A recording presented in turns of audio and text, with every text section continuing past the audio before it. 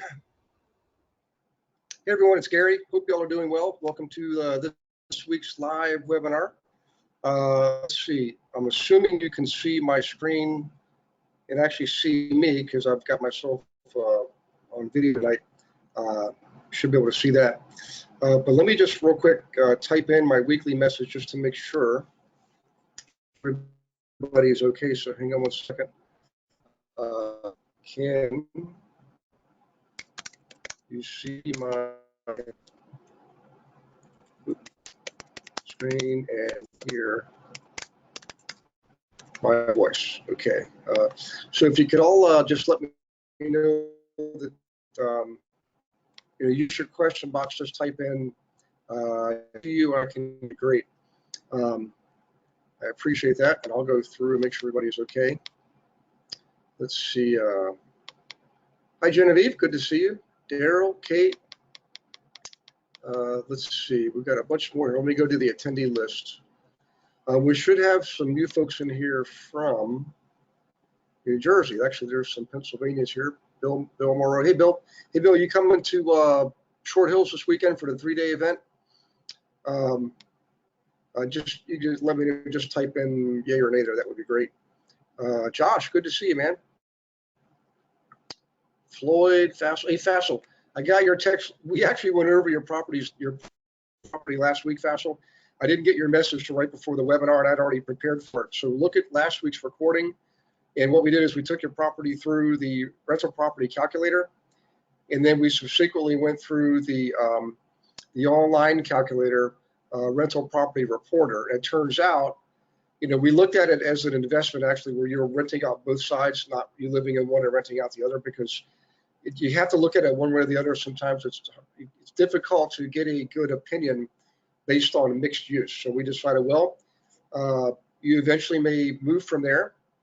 It'll become a full rental for you, both sides rented. So we look at it that way. Turns out right now it looks a little tight, cash flow, but 5 years from now, it looks like a sure winner. So take a look at last week's recording and you'll see what I'm talking about.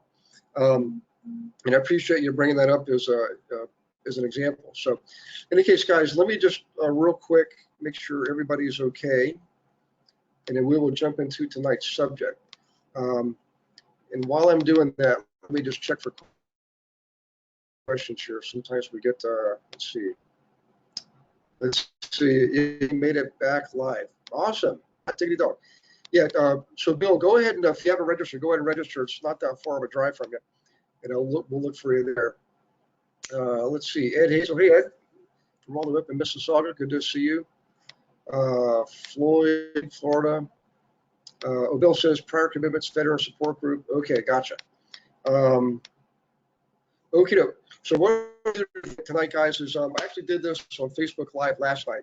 I went over a technique called a wraparound mortgage. What I'm going to do is spend a little bit of time tonight describing a wraparound mortgage, and we'll do an example right here on the board, okay? And what I'm wondering is, how can I show you? Actually, let me ask you this. You can see me now, me on the video. When I click the button, can you see now what it says? It says wraparound mortgage strategy 20. If you guys can see that, just type in yes. Okay, that's what's oops. Okay, on your screen, strategy 20 wraparound mortgage. If you can let me know that. We're going to talk about this first, okay? And then I'm going to talk about a few other options you can use to acquire properties or sell properties.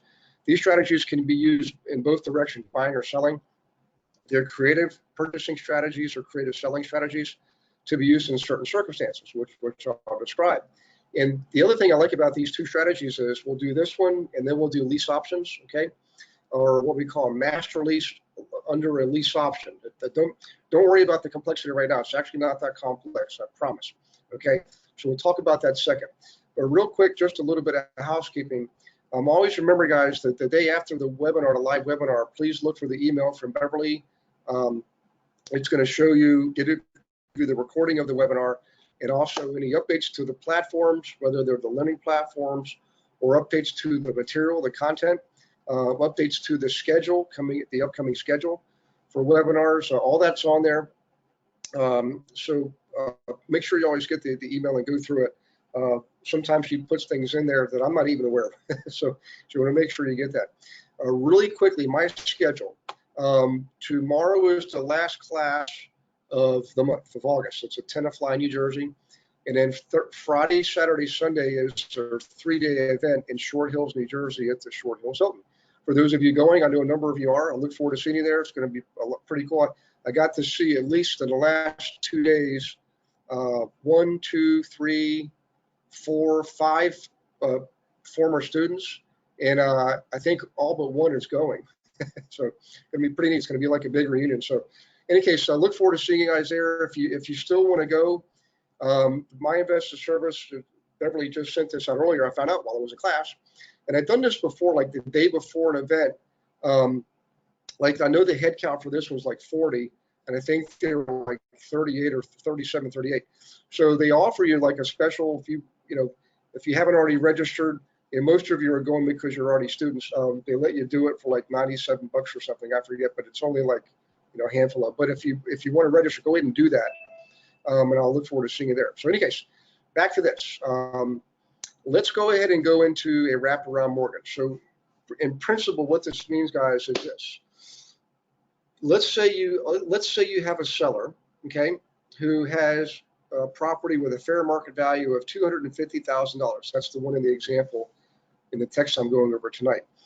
All right, and they want to sell the property, and their existing mortgage, the one that they have on the property, it has a balance of $150,000 on it. So in other words, their equity is $100,000. $250,000 minus the $150 existing mortgage leaves a balance of $100,000. That's their equity in the property. Okay. Now, under certain circumstances, what they might be willing to do is to sell the property, but not sell it outright. In other words, instead of the buyer going to a bank and getting a brand new first mortgage, it pays off the seller and pays off the seller's mortgage and gives the seller the remaining balance in the form of their equity payout. Some sellers don't want to pay all the taxes like that all at once, so they're willing to get paid out over a period of time. Okay, there's lots of ways to structure this, but here's one of my favorites, real simple and straightforward. What you can do to avoid using banks if you wish to do that is to offer the seller, let's say you're the buyer, offer the seller what's called a wraparound mortgage, and it literally wraps around the existing mortgage. So in other words, the property, in the subject property, has a net worth of, a value of 250,000. Okay, and you give them, you give the seller a mortgage. You give them a mortgage. They give you the note. That's how that works. You give them a mortgage for $250,000. Okay, and what's going to happen is you're going to pay the seller payments on the $250,000, and the seller is going to take whatever they need to take out of that payment to pay their existing mortgage, the monthly payment on that. So let's just draw this out. Okay. So we've got a fair market value of, let's just put up here, wrap. Okay. Wrap around mortgage. So seller has a property. The fair market value, let's just call that fair market value, equals 250K. Okay. And they have existing mortgage of 150K. Let's just do this. So mortgage, the seller's mortgage has a remaining balance of 150K, giving them equity of 100,000. Let's just put 100,000 over here. Now their monthly mortgage payment on this, let's just say it's, what did I come up with an example? $1,270 a month. So they're paying $1,270 per month. Okay, that's on this guy's mortgage. On the mortgage that the buyer's going to have, $250,000, their payment's going to be, say, 222. Let's call it 2270. Yeah, let's call it 2275. Let's call it 2270. All right. So the difference there equals $1,000 a month. In other words, now the seller is going to be putting that $1,000 a month in their pocket. Instead of the payment of $2,270, they're paying out $1,270. You follow where I'm going with this? And actually, if you have questions along the way, guys, just please let me know.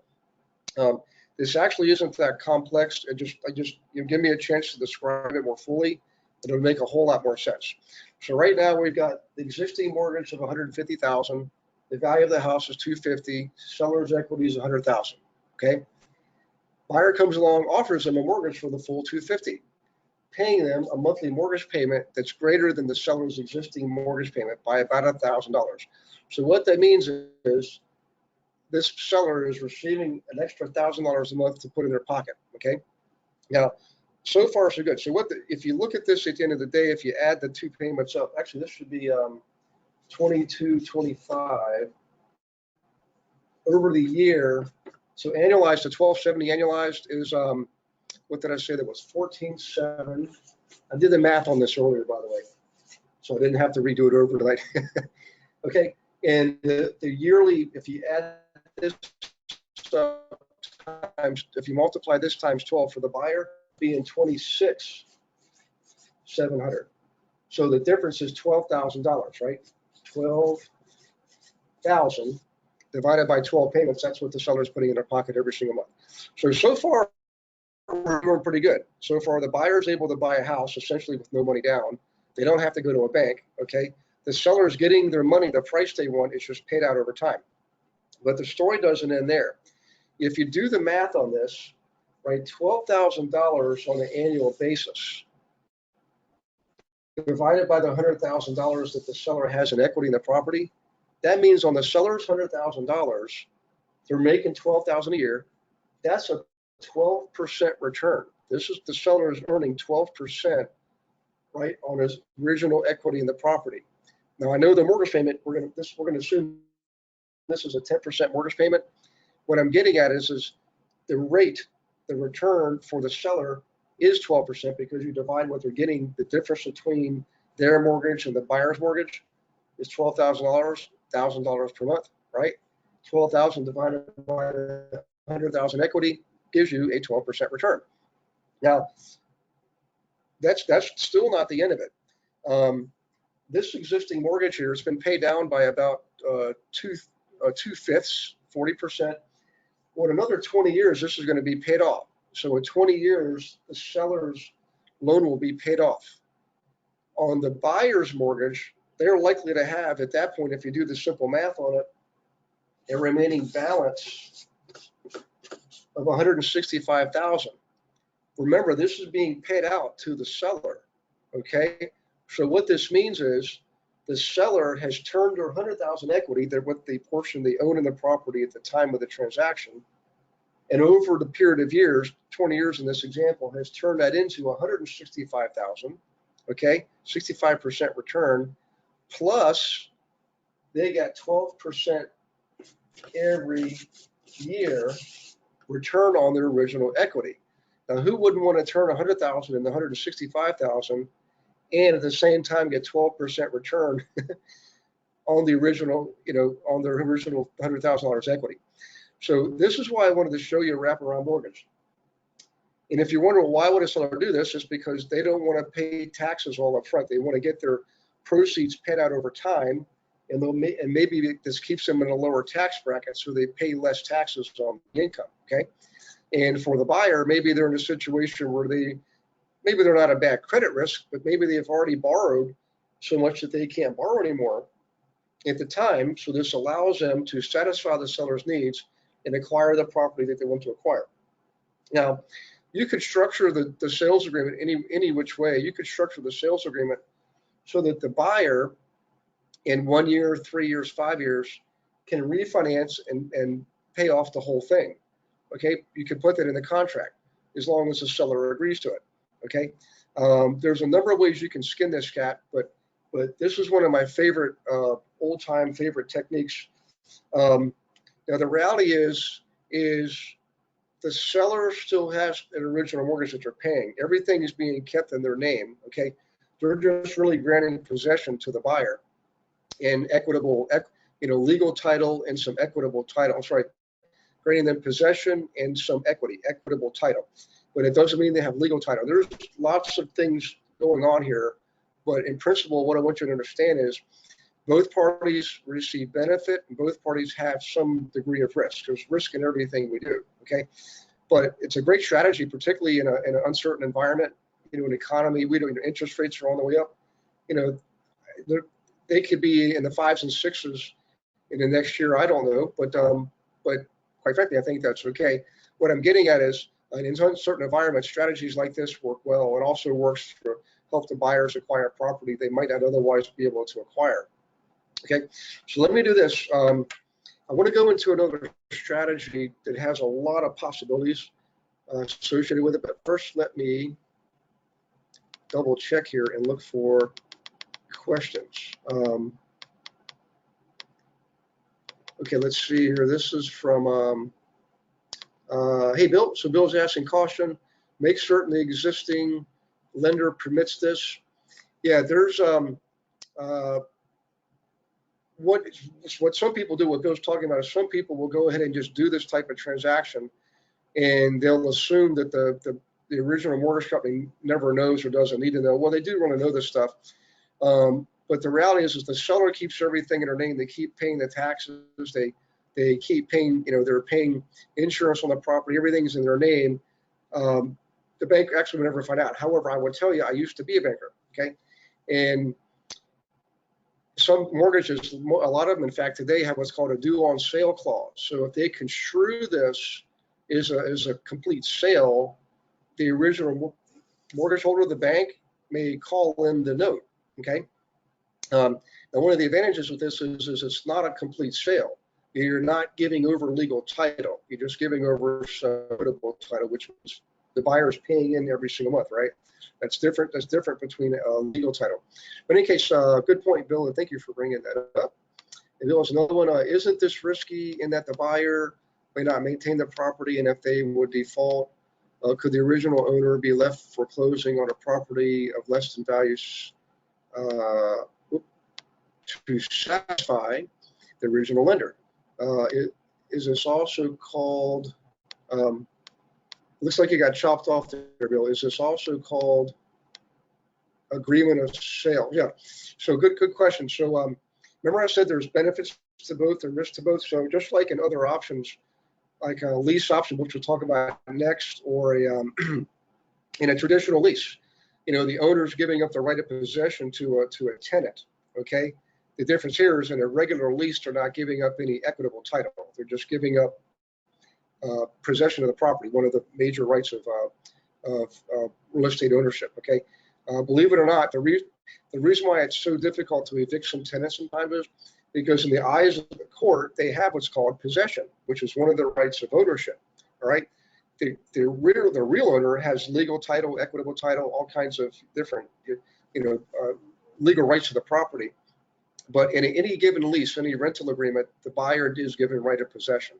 That's why you got to evict them to get them back out. And Bill, back to your question about foreclosure. This is think in terms of a land contract. In a land contract, which we'll talk about on a different session, what happens is if the buyer defaults, the seller doesn't have. It's not technically called a foreclosure, Bill. It's actually called an extraction. Okay. So in a land contract, if the buyer defaults, for example, eviction on a straight lease, on a rental agreement, eviction takes on average 30 to 45 days, depending on where you are. Some states it's a lot longer.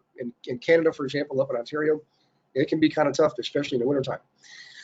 On a land contract, there are certain, remember, you haven't given up legal title to the property, but yet the buyer has right of possession and equitable title. So you have to do what's called an extraction. That on average will take about 5 months. A foreclosure on average takes about 13 months. A foreclosure is when you had a complete sale and transferred all the rights of ownership. That's a full complete sale, full complete purchase. All rights transferred from seller to buyer, all right? In that case, you do have to do a complete foreclosure. In places like New York State, it'll take longer than 13 months. In places like Florida, it'll be shorter than 13 months. It's just 13 months is the average. Okay, so in any case, so this would be synonymous with a land contract, although you really didn't do a land contract. We'll do that on another session. Let's see. Oh, that was Bill's question. Okay, good question, Bill. All right, so let's do this. Now that I got your wheel spinning, just imagine all the possibilities you can do with this scenario. For example, we had Marcos on last week, Marcos Jacober, talking about Airbnb, right? So once you gain control of the property like this, you can perhaps let out the lease it out. So lease it out through Airbnb, rent the individual rooms and make yourself a ton of money. Or maybe you could do what's called assisted living, not the kind with it doesn't meet medical requirements. It's the type of assisted living where you're just providing a home for people of a certain demographic. In this example, particularly folks who are past retirement age. They don't want to go into a nursing home. They're able to care for themselves fundamentally, but the facility is not necessarily approved for medical purposes. Okay. However, it falls within the general category of assisted living. It's a pretty hot subject around the country right now. In fact, I saw a guy speak on this on the annual RIA cruise this past February, March. So in any case, lots of possibilities here to get control of a property or to have to take complete ownership.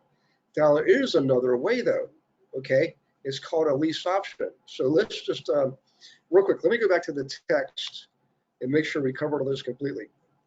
I think that we did. So we talked about the mortgages, the monthly payments, the difference, what the seller gets, what the buyer gets, and I think we've pretty much exhausted that one. Yes, there we go. So here it is at the bottom. Bottom line is this. Seller takes the original 100,000, converts it into 165,000 over, say, a 20-year period in this example, and at the same time they've been earning 12% on their original equity, the same $100,000 while they're going through this process. An amazing strategy for sellers. So as a seller, think about how you can use this, guys.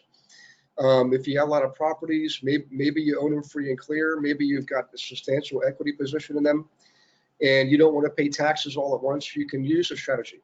Let's say you're a buyer and you want to grow a portfolio, but you don't have a lot of available cash. You don't want to keep going to the banks over and over again. You can use this strategy also, right? Well, what I want to do now, guys, is switch gears and talk about leases and master leases. So let's, I think I actually have a paper here. So let's do this. I'm going to give it to you verbally, and I want you to take notes on this, okay? A lot of us have heard of the technique called lease option, and it's a great strategy to either sell or buy property. So lease option, let me see if I can find my search bar.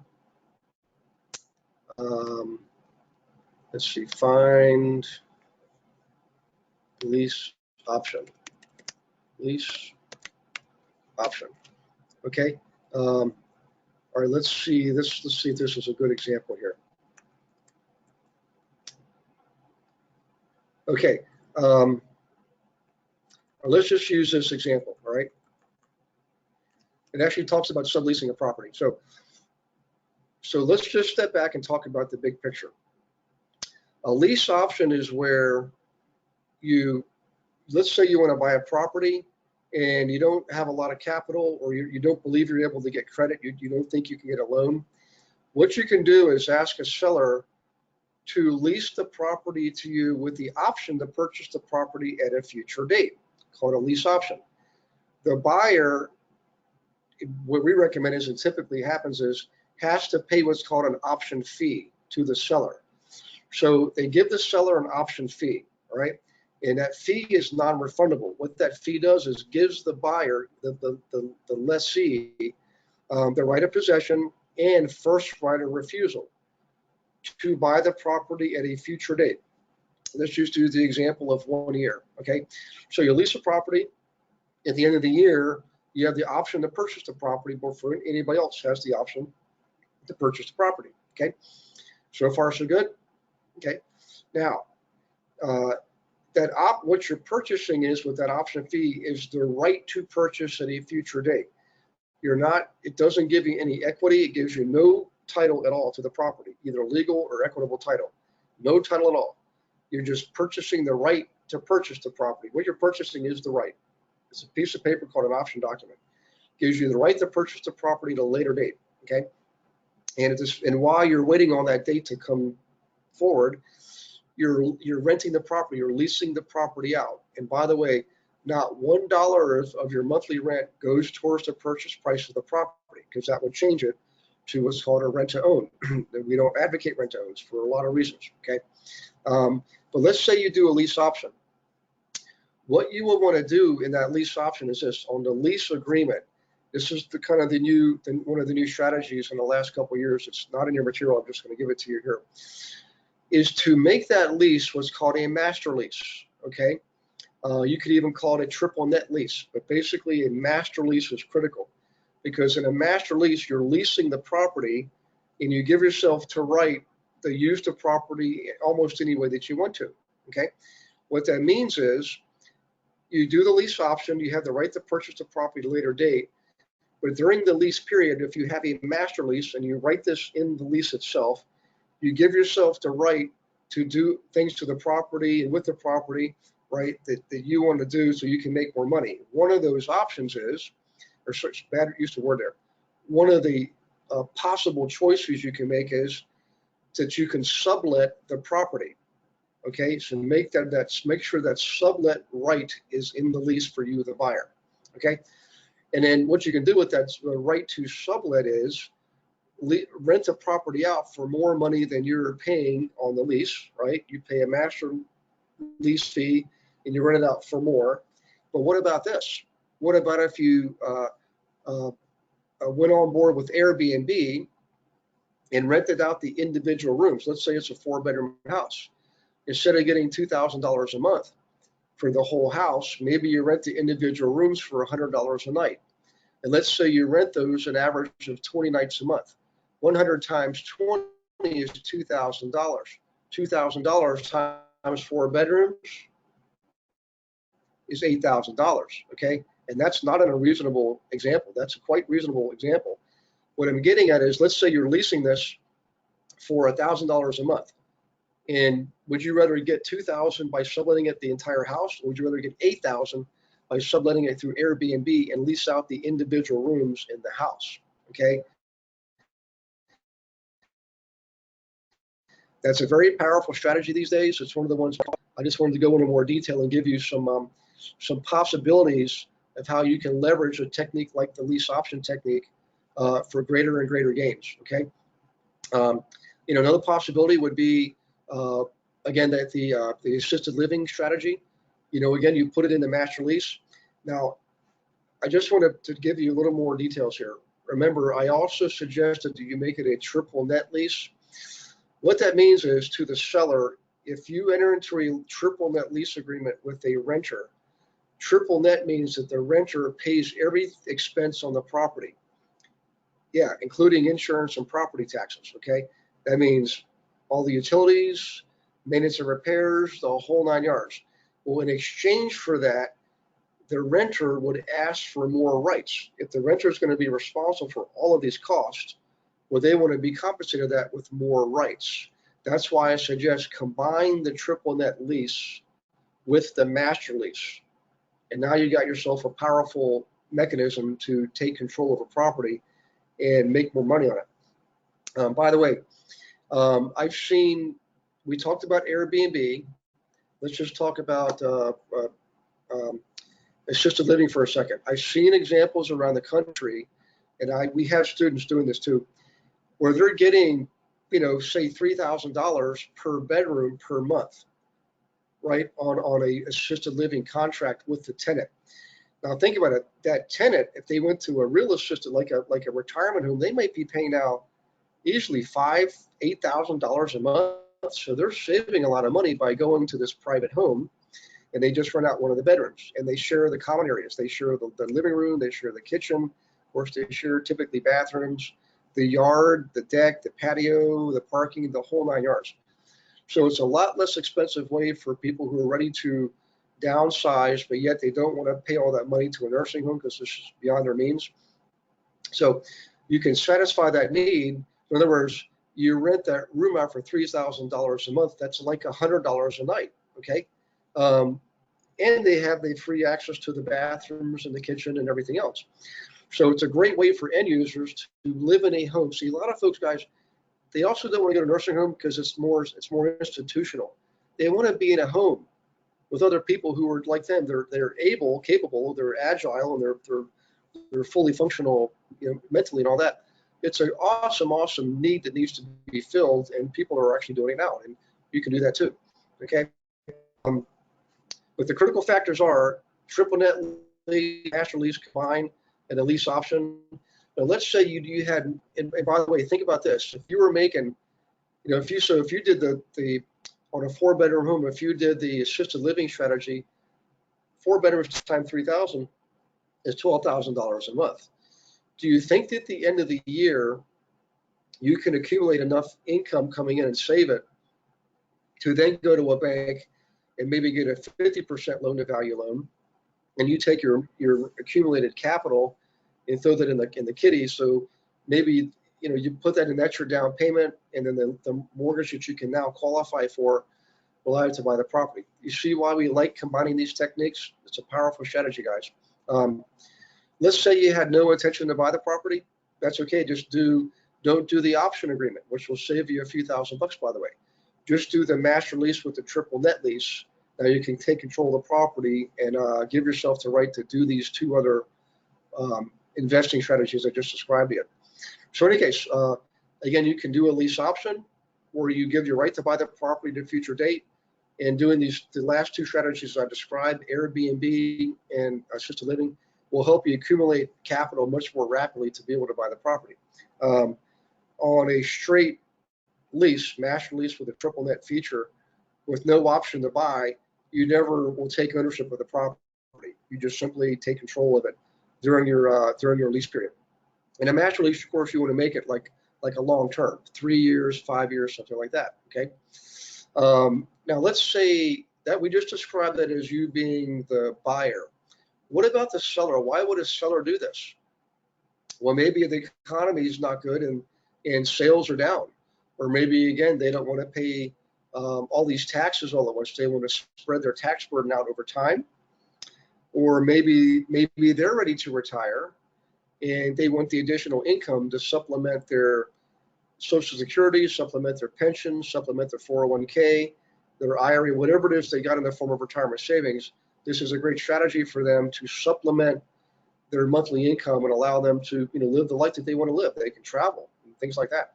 So there's lots of reasons why a seller would actually do this. All right, real quick, I feel like I just gave you guys an incredible load there. So let me bring my panel back over and look for questions. We got lots of them. Okay, let's see here. This is Rolando. Hey, Rolando, how you doing, buddy? All right, examples of additional rights that a renter might seek in a triple net lease. Well, just strictly speaking, from a financial standpoint, Rolando, you want to give yourself the right in the triple net lease. You want to give yourself as the renter the right to basically control the property, for financial reasons. So I gave the examples of doing Airbnb, of doing assisted living, but let's say here's what's happening up in Ontario right now. Every year we have seasonal workers coming up, and then they leave at the end of the season, and they will actually take over an entire home. I mean, in a 4-bedroom home, it's not unusual to have 8 people living there. Now, you might say, well, we do that so in the States too, and their families. Well, in this case, they're not always families. Sometimes they're unrelated entities, like the individual people are not related to each other. They just simply want to come up there during the farming season and bale hay and do all the cropping, all that. It's called seasonal labor. All right. So what you could do is, that's another option, is you can make a property available to seasonal labor, and you enter into a contract. I've seen this done multiple ways. You can enter into one sublease for all 8 people, and they're all named on the sublease, or we can enter into 8 individual subleases. Okay. You just have to look at the circumstances to see which one would be in your favor, which one gives you the greatest amount of income with the least amount of risk. So that's one example. Let's say you wanted to let's say you want to do something philanthropic. Let's say you want to provide a safe house for battered women, which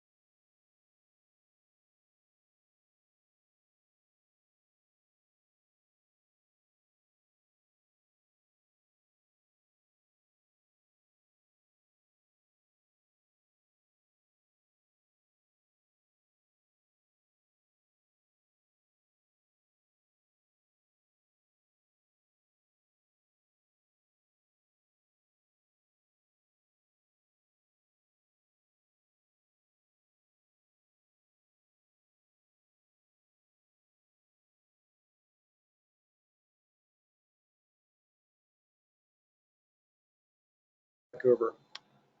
Okay, sorry about that. We got temporarily disconnected there. So that's one possibility, Rolando. Um, I mean, you could, let's say you're in a resort area. Um, you could take control of a property. And I did an Airbnb in a resort area recently in the east, New Jersey shore.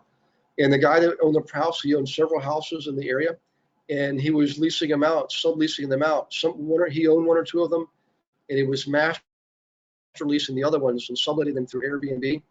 But what he told me was he would always keep a week or two for himself, for his family to come in and visit, his parents, his brothers and sisters, nieces and nephews, and they would do like a family reunion. So there are lots of possibilities with this stuff. Let's see what else Orlando came up with there. Is there a specific market area where there is a demand for assisted living?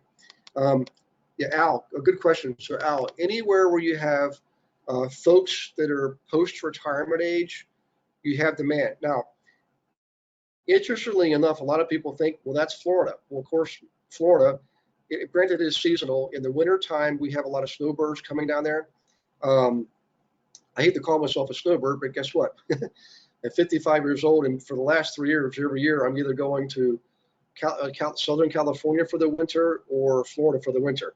I don't shovel snow anymore. I don't cut grass. I don't do that kind of stuff, which is another example of clients. However, I will tell you, in certain parts of the country and also in Canada, there are high populations that are have a high volume or a high population density of people post-retirement age. It just so happens that where I live in part-time in London, Ontario has a high percentage of people post-retirement age. Okay, parts of New Jersey, Allegheny County, Pennsylvania, at one point had the second most elderly population in the country, only behind Dade County, Florida. This was going back years. Long Island, New York, another example. Actually, certain parts of New Jersey. So you can look at your census data, uscensus.gov or Stats Canada, if you're in Canada. You can also look at your local planning commission website, and they'll give you stats on the demographics, and you can see if you have a high percentage of people post-retirement age, and there you go. That's where your demand is. But I would think, boy, I got to tell you, man, just knowing what I'm seeing, and I've been to all lower 48 states and 3 Canadian provinces the last 3 years, the demand is pretty much everywhere. I mean, because it's not like a geographic thing, it's more of a demographic thing and economic thing. So if any of you have parents like I do looking at senior housing or retirement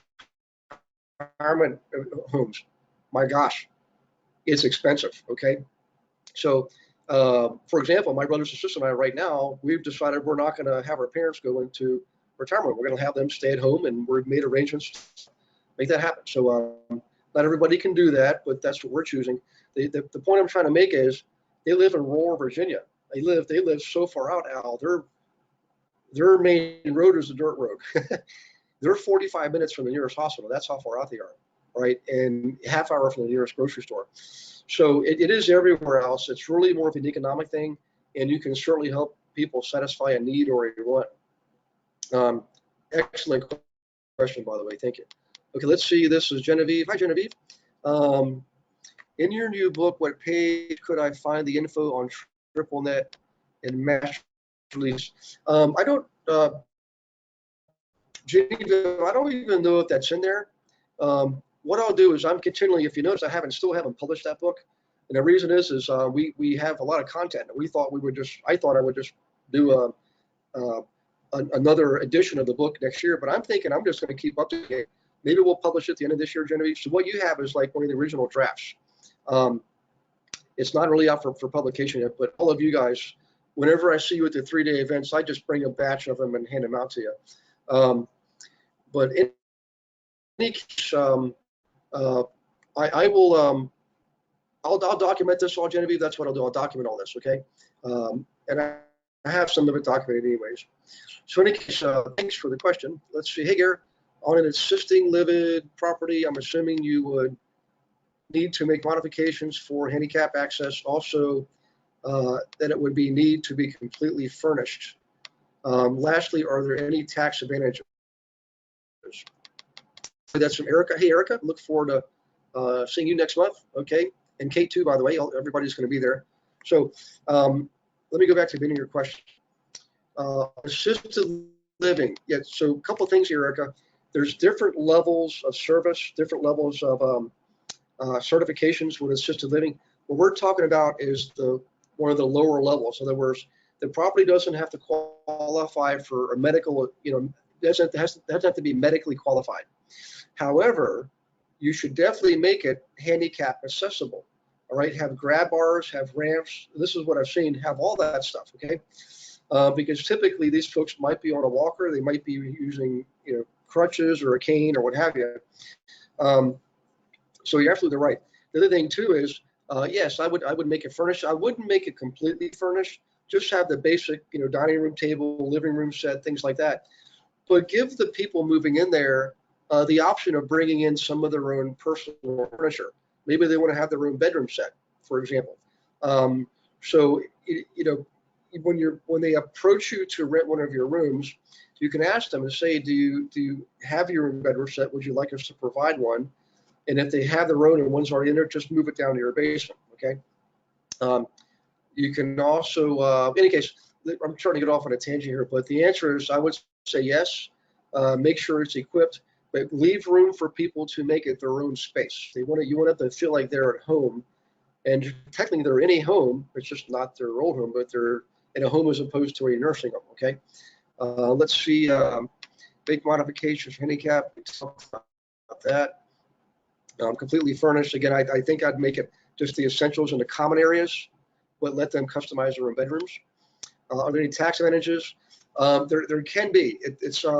You have to look at your own area. It usually goes from the federal level to the state level to apply the programs to the county level.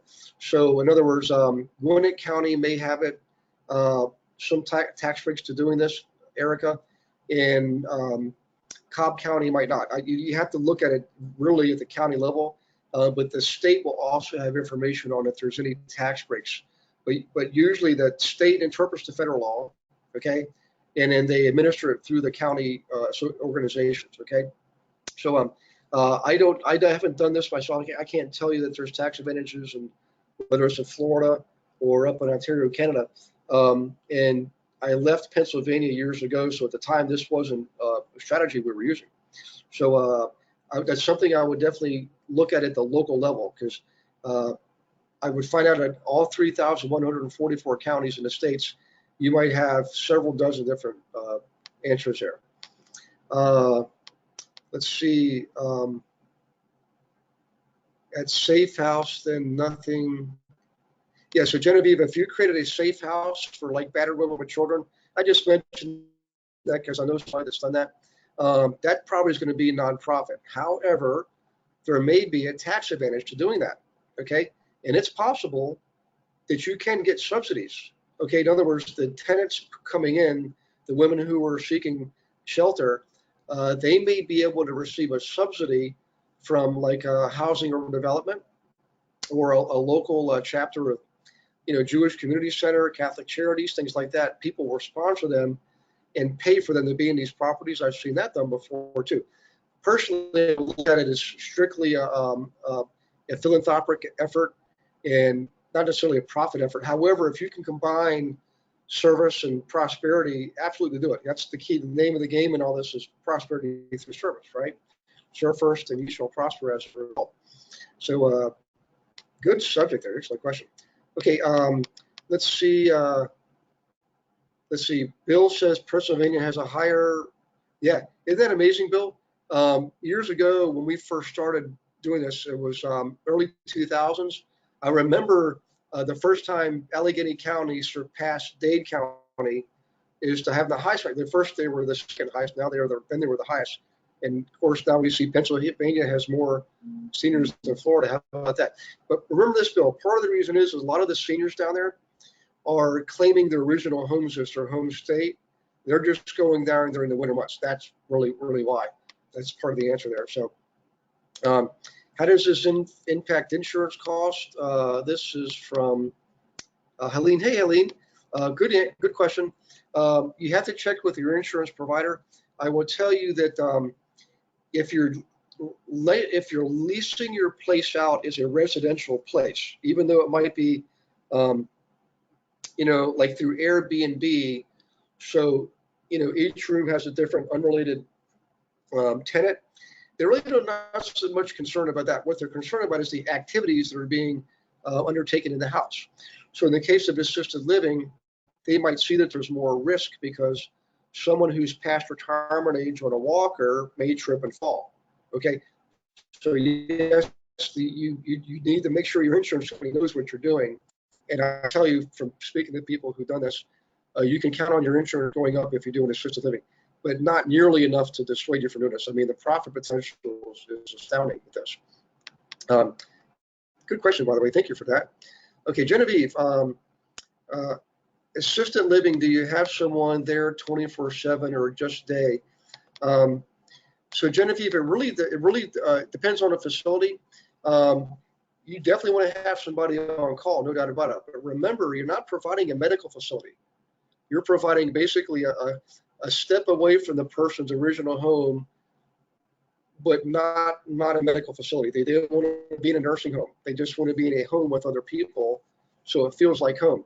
So you're not guaranteeing them any medical facilities at all. You're not guaranteeing any medical assistance, any medical service, anything like that at all. When you get into that type of service, that's a different category, different level of service, a different level of certifications and approvals. And that for a while has been a tough business. I know people that got out of that business, okay? Because they're relying on tenants to get, Medicare, Medicaid, all this kind of stuff. And yet with the type of assisted living we're talking about, the people are solely responsible for their own rents, okay? So it's more like a traditional rent agreement. So hope that helps. I would always provide some type of mechanism where, they should have like life alert, for example, but maybe, a button they could push to sound an alarm, something like that. You could do that type of thing, but I would be cautious to go anywhere beyond that, unless you want to get into a whole new level of service. Okay. Well, I tell you, you guys are keeping me busy tonight. It looks like that's all the questions, guys. I thought you enjoyed this subject. What I wanted to get to is this, to show you that there are ways to gain control over property, and some of them are more expensive than traditional methods of buying a property. However, with some of the new capabilities out there to generate revenue, it far outpaces and surpasses any additional costs. You just always want to make sure you ask yourself the questions: well, what's in it for me? What's in it for the other person? What are the rewards? What are the risks? And balance all those out. And if you've never seen me do this, maybe we'll do this the week after next. So I'll show you how to do a decision matrix. Let's do this, guys. Can some of you bring in an example? Not next week, the week after. Remember, next week, guys. Hey, real quick, I forgot to tell you. I'm going to Ireland next week. Be about 6 hours ahead of you on the time scale. So there's not going to be a webinar next week. The following week, the next one is going to be on the 5th of September. So Wednesday, the 5th of September. And let's do this. I want to show you how to make really good, clear decisions on things. people have been asking me about this because they saw a recording of me doing one with one of our mastermind students, and who happens to be on the call tonight, by the way. Hi, Erica. And everybody's interested. What is that thing? What did you do? What is that called? So let's do one, but let's do a real example. So on the 5th, can one of you bring in an example of one of your properties you or your client are looking at? And or maybe you've got a choice in matters. Maybe you're investing and you can buy this property or buy that property, or you can do assisted living, or you can do Airbnb, and we'll do a decision matrix for you right here live on the spot, and I'll walk you through it, okay? So let's do that. That'd be a great tool for you all to learn that you can apply to yourselves personally and also apply to your clients. And we use it a lot in the mastermind. Okay, guys. I think that's it. I appreciate your participation. I love the questions. I love it when you guys participate in these webinars. And any subject you want to discuss, as long as you can let me know a week in advance, I'll prepare for that subject. Remember, these webinars are about you. It's not about me. It's about you. And you determine what subject we go over in these webinars. So if you really want to go over something in particular, shoot it into me, and we'll prepare for it and go over that. So in any case, guys, thank you for the thank yous here. I appreciate that. God bless you all. For those of you coming this week, and I can't wait to see you. It's really neat doing these things because it's like a reunion. In the meantime, have an awesome weekend, and we will see you on Wednesday, September 5th. Okay, take care, guys. God bless, and we will see you soon. Bye-bye.